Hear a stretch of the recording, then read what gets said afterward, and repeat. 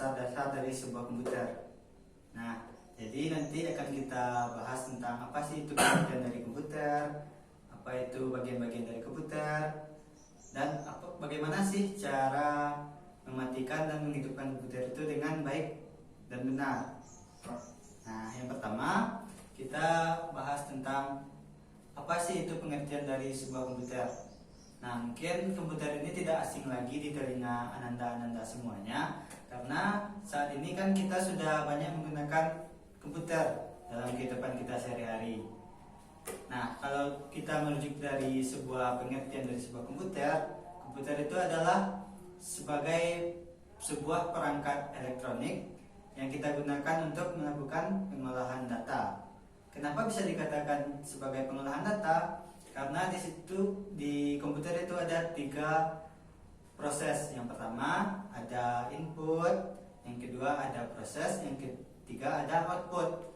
Nah, pada saat di input itu kita memasukkan sebuah data, lalu nanti datanya akan diproses, dan setelah diproses lalu nanti muncul ke output. Output itu bisa sebagai informasi yang sudah data yang kita masukkan itu menjadi sebuah informasi. Itulah yang dikatakan dengan pengolahan data. Nah, itu untuk yang namanya pengertian dari sebuah komputer. Nah, yang kedua yang akan kita bahas hari ini yaitu tentang bagian-bagian dari sebuah komputer. Nah, apa saja sih bagian-bagian dari sebuah komputer? Nah, yang pertama itu ada hardware, yang kedua ada software, yang ketiga ada firmware. Nah, ketiga bagian ini itu saling berkaitan satu sama lain. Jika salah satunya tidak ada, maka komputer ini tidak bisa kita gunakan dengan baik. Nah, yang pertama itu hardware. Apa sih itu hardware? Hardware itu perangkat keras yang bisa kita lihat, yang bisa kita rasakan, yang bisa kita pegang.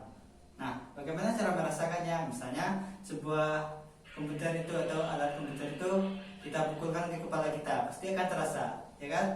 Nah, itu bisa dikatakan sebuah perangkat keras. Lalu pertanyaannya, apa saja sih yang menjadi bagian-bagian dari perangkat keras ini? Bagian-bagian dari perangkat keras ini. Nah, misalnya sebuah CPU itu bisa dikatakan sebuah perangkat keras. Kenapa? Karena CPU itu bisa kita lihat, bisa kita raba, bisa kita rasakan. Nah, contoh-contoh lainnya itu di dalam CPU pun ada beberapa jenis hardware, seperti ada hard disk, ada motherboard, ada RAM, ada power supply, dan lain sebagainya yang digunakan untuk melakukan proses sebuah komputer. Selanjutnya yang kedua contohnya ada monitor. Monitor itu bisa dikatakan sebuah atau tempat input, itu tempat keluaran. Nanti data yang kita masukkan nanti akan keluar di layar sebuah monitor. Nah, yang ketiga ada yang namanya mouse. Mouse, tahu kan mouse? Nih, ini adalah sebuah mouse. Mouse ini kan di layar komputer kita itu kan ada tanda panah. Tanda panah itu nantinya akan kita gerakkan menggunakan mouse ini. Nah, ngerti kan?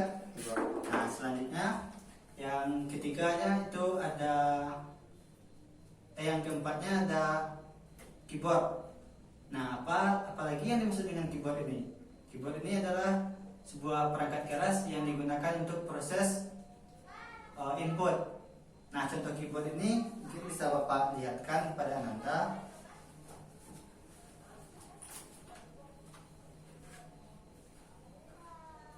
Nah, di laptop Bapak ini ada keyboard, dan keyboard ini yang nantinya akan kita gunakan untuk proses penginputan, yang bisa kita tekan-tekan, yang bisa kita gunakan untuk proses input. Nah, ini adalah contoh dari hardware keyboard. Nah, selanjutnya ada namanya speaker. Nah, speaker ini bisa kita katakan juga sebagai perangkat keras, yaitu sebagai output, yang mana nantinya keluarannya itu seperti suara, musik, dan lain-lainnya yang berbunyi. Dan selanjutnya, yang contoh selanjutnya ada namanya headset. Headset ini tidak beda jauh sama speaker, tapi headset ini bisa dipasang di telinga kita masing-masing. Misalnya kan kita sering tuh ke warnet, main game, itu kan pakai yang namanya headset. Nah, selanjutnya ada lagi untuk proses percetakan, untuk mencetak gambar, data dan lain-lainnya itu menggunakan printer. Nah, printer ini sebagai output nantinya. Nah, itu bagian-bagian atau contoh-contoh yang umumnya saja Bapak jelaskan kepada Ananda berkaitan dengan hardware. Nah, apakah sejauh ini bisa dipahami? Nah, karena bisa, selanjutnya kita masuk ke pembahasan yang kedua, yaitu tentang software. Software ini adalah perangkat lunak. Perangkat lunak di sini mungkin bisa dikatakan kebalikan dari sebuah hardware. Kenapa dikatakan kebalikannya? Karena software ini tidak bisa kita raba, tidak bisa kita rasakan, tetapi hanya bisa kita lihat dan kita melakukan proses di dalam sebuah hardware tersebut. Nah, contoh-contoh dari hardware ini apa sih, gitu kan? Kan itu lagi yang pertanyaan yang muncul nantinya. Apa sih guna dari sebuah hardware? Dan kenapa harus ada sebuah hardware di komputer kita? Nah, hardware ini mungkin contohnya ini, misalnya anak-anak Bapak pengen mengedit sebuah foto atau pengen membuat sebuah laporan di Microsoft Word. Dan itu kan pasti anak-anak Bapak menggunakan yang namanya aplikasi seperti Microsoft Word atau aplikasi-aplikasi lain yang untuk mengetik tersebut. Dan aplikasi-aplikasi itulah yang dinamakan sebuah software.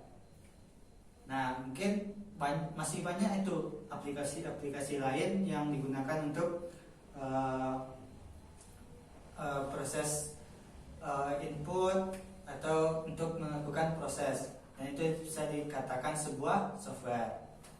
Nah, di antara yang dua itu ada satu lagi bagian dari komputer, yaitu brainware. Brainware ini adalah pengguna dari perangkat keras dan perangkat lunak yang kita gunakan. Nah, kenapa harus ada brainware? Karena perangkat keras dan perangkat lunak yang kita gunakan tersebut, tanpa adanya seorang brainware, tanpa adanya seorang yang mengontrol atau mengendalikan sebuah perangkat tersebut, maka perangkat komputer kita tidak bisa kita gunakan dengan baik. Makanya kalau salah satunya aja dari tiga bagian ini yang tidak ada, maka komputer itu tidak bisa digunakan dengan baik. Nah, kita masuk lagi ke brainware. Brainware ini adalah orang yang bertugas untuk mengontrol atau memasukkan sebuah input ke dalam suatu komputer, dan nantinya akan diproses menggunakan yang namanya hardware dan software. Dan itu saling berkesinambungan antara hardware, software, dan brainware tersebut. Nah, itu untuk materi kita tentang bagian-bagian dari sebuah komputer. Apakah Ananda semuanya paham? Pak. Nah, bagus. Nah, yang pembahasan kita yang terakhir, bagaimana sih cara menggunakan atau menghidupkan komputer ini dari awal sampai akhir dan mematikannya kembali dengan baik. Nah, mungkin contohnya aja, Bapak sering lihat tuh anak-anak main di warnet. Kan biasanya kalau komputer itu di warnet itu komputernya dalam keadaan hidup. Dan nanti setelah anak-anak itu main komputer, nanti komputernya dimatikan dengan menekan tombol powernya. Itu salah satu langkah yang tidak baik untuk komputer kita. Nah, kalau kita mau menjaga komputer kita agar tetap baik, itu kita harus melaksanakan prosesnya dengan baik juga. Seperti apa sih contohnya, atau bagaimana sih prosedurnya dalam mematikan atau menghidupkan komputer itu. Nah, kita mulai dari menghidupkan komputer. Menghidupkan komputer itu awalnya kita colokkan dulu kabel powernya itu ke listrik. setelah kita colokkan, nanti kan ada sebuah hardware yang dinamakan dengan CPU. Nanti di CPU itu ada tombol powernya, lalu kita tekan dan nanti akan hidup lampunya. Setelah itu kita masuk ke hardware yang selanjutnya, itu ada monitor. Nah, monitor ini ada juga tombol powernya atau tombol untuk menghidupkan monitornya. Lalu kita tekan juga tombol power yang ada di monitor itu. Lalu kita tunggu sampai tampilan dari monitor kita itu tampil sesuai yang biasanya atau tampilan dari sebuah komputer. Nah, setelah itu nantinya setelah tampilannya bagus, setelah tampilnya tampil di layar monitor kita, lalu jangan langsung digunakan, tunggu beberapa menit terlebih dahulu, lalu dilakukan refresh. Refresh itu dengan cara mengklik kanan, lalu di situ ada kata-kata refresh, dan di klik kanan di klik kiri di refresh tersebut, agar supaya apa? Supaya komputer kita itu kita gunakan dalam keadaan yang stabil atau dalam keadaan yang baik, agar proses-proses yang kita lakukan di sana tidak berat atau tidak bermasalah nantinya. Nah, setelah itu baru kita bisa menggunakan komputer itu baik untuk melakukan pembuatan laporan, melakukan browsing, menonton YouTube dan lain-lain sebagainya di komputer tersebut. Nah, jika kita sudah melakukannya di komputer tersebut dengan berbagai macam hal yang kita lakukan, nanti kan kita pengen tuh membuat atau mematikan sebuah komputer. Nah, bagaimana lagi caranya mematikan komputer ini? Nah, prosedurnya itu di menu yang ada di layar monitor kita itu ada di paling kiri bawah, itu ada tombol start. Nanti tombol start itu kita tekan, lalu akan muncul seperti all program, dan di sampingnya itu ada icon power, lalu ditekan itu nanti ada 3 icon lagi yang muncul seperti restart, shutdown, dan sleep. Lalu kita tekan yang shutdown. Nah, nanti setelah kita tekan, nanti komputer kita akan mati. Dan juga bisa menggunakan suatu tombol, yaitu tombol Alt F4. Lalu dan di sana ada juga tulisannya shutdown, dan kita tekan OK. Setelah kita tekan OK, maka laptop kita atau komputer kita akan mati. Setelah mati, kita pastikan komputer tersebut mati dengan baik, lalu kita cabut kabel power yang tersambung ke listrik tadi. Nah, itu sebuah langkah-langkah yang baik yang kita gunakan agar komputer kita tetap terjaga keamanannya atau terjaga dari kerusakan. Karena apa? Karena jika kita tidak menjaganya, ya ini adalah sebuah perangkat yang suatu saat atau bisa-bisa saja itu rusak tersendiri. Nah, contohnya aja dengan mematikan komputer itu dengan menekan tombol power lama-lama, itu nantinya bisa menyebabkan dari komputer Anda semua itu akan rusak. Kenapa? Karena di sini dia juga berkaitan dengan harddisknya, dengan penyimpanannya. Harddisknya dipasang untuk mematikan secara paksa, itu akan berdampak pada komputer kita sendiri. Nah, itu materi kita tentang bagaimana cara mematikan dan menghidupkan komputer dengan baik dan benar. Nah, dari tiga materi yang Pak jelaskan berkaitan dengan pengertian bagian-bagian dari komputer dan bagaimana cara mematikan komputer ini. Nah, mungkin Bapak rasa anak-anak Bapak ini semuanya paham tentang penjelasan Bapak. Nah, selanjutnya di sini Bapak akan bagi Ananda nantinya akan jadi kelompok untuk mempraktekkan bagaimana cara mematikan dan menghidupkan komputer ini dengan baik dan benar. Nah, sebelum kita masuk ke sana, apakah dari anak-anak Bapak ada yang ingin bertanya? Tidak, Pak. Tidak ada. Kalau tidak ada, mungkin untuk penjelasan dari Bapak sekian dulu.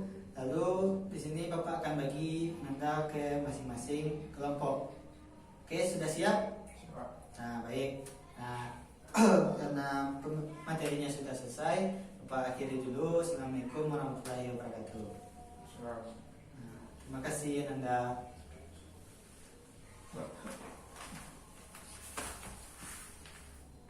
Aduh.